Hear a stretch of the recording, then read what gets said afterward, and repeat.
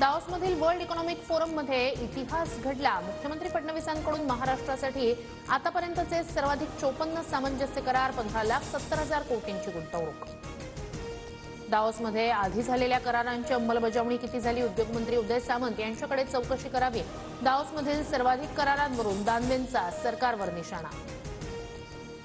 दाओसमध्ये जाऊन ठाकरे गटाला झटका बसणार अशी उद्योगमंत्र्यांची वक्तव्य। पण जेवढे आमदार खासदार घेऊन जायचे तेवढे घेऊन जा, उरलेले आम्ही आमचा किल्ला राखू। किशोरी पेडणेकर यांची सामंतांवर टीका।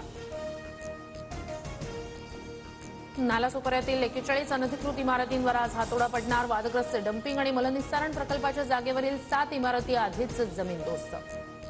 हिंदू हृदय सम्राट बाळासाहेब ठाकरे यांच्या जयंतीनिमित्तानं उद्धव ठाकरेंकडून अभिवादन। उद्धव ठाकरेंकडून कुलाबा इथल्या बाळासाहेबांच्या पुतळ्याला अभिवादन। स्वतःला हिंदुत्ववादी म्हणणाऱ्या सरकारनं सन्मान म्हणून बाळासाहेबांना भारतरत्न द्यावा। ठाकरे गटाच्या अरविंद सावंत यांच्याकडून बाळासाहेबांना भारतरत्न देण्याची मागणी।